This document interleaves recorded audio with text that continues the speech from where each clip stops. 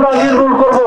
শুধুমাত্র প্রশাসনের উপর বসে থাকলে হবে না, আমরা মাদকের ব্যাপারে আমাদের জামালপুর ইউনিয়নে সচেতন জনগণ সোচ্চার রয়েছি। যে কোনো প্রতিকূলতাকে উপেক্ষা করে এই মাদকের বিরুদ্ধে আমাদের অবস্থান নিতে হবে। আমরা মনে করি যারা মাদক বিক্রি করে এবং মাদকের যারা গডফাদার অচিরেই তারা আইনের আওতায় আসবে।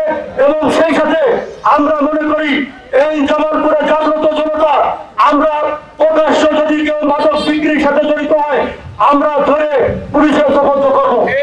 মাদক আসলে বলতে গেলে আমার জীবনে প্রায় আগে যদি বলে মাদকের কেন্দ্রবিন্দু যদি মানে এই অঞ্চলকে ধরে নেই একেবারে খারাপ হবে। এসে যেটুকু আমি দেখতেছি অর্থাৎ 5 তারিখের পরবর্তী সুযোগ নিয়ে ওরা বিভিন্ন জায়গায় একেবারে বড় বড় স্পট আকার তৈরি করতেছে। আমরা যারা আছি পুলিশ এবং আপনারা আজকে রেলিতে যারা অংশগ্রহণ করছি, প্রথম আমি শুধরাতে হব, আমার গড় ঠিক করতে হবে। আমার পুলিশ যেমন আমার গড়টা যদি বলে আমার বাংলাদেশ পুলিশ, আমার বালিয়াকান্দি থানা, আমরা যেন কোনো ধরনের কোনো অনৈতিক কাজে সম্পৃক্ত না হই। আমরা যেন মাদকের কাছে হেরে না যাই, তার অন্য কোনো লোকের আশা যেন আমরা হেরে না যাই। আমাদের জায়গা থেকে আগে আমরা স্পষ্ট করতে হবে যে আমরা মাদকের বিরুদ্ধে একেবারে শূন্য।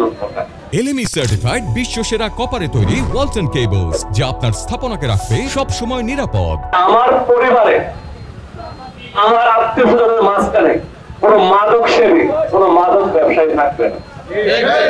যদি থাকে তাকে আইনের আওতায় নিয়ে আসতে হবে।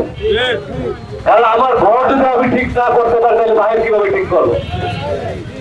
আমি ছোট্ট একটা উদাহরণ দিই। কিছুদিনের আগে এক ভদ্র বয়স্ক পুরুষ, প্রায় 70 বছর বয়স, বহরপুর বাড়ি, উনি এসে আমার কাছে হাওয়া করে কেঁদে।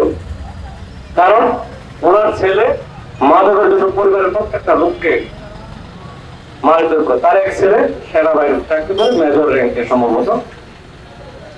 ওই ছেলেটা ঝিনাইদহ ক্যাডেট কলেজে লেখাপড়া করতো, ওইখান থেকে সে চলে আসছে। মাদকের এত ভয়াবহ অবস্থা তার উপর ধারণ করছে সেটা কল্পনাই করা যায়। এখন একটা ভালো ছেলে শুধু এই মাদকের নেশার কারণে আমার পরিবারের, আমি যদি বলি আমার পরিচর্যার কারণে আমার ছেলেটা নষ্ট হয়ে যায়, এর দায়ভার কিন্তু আমারই নিতে হবে।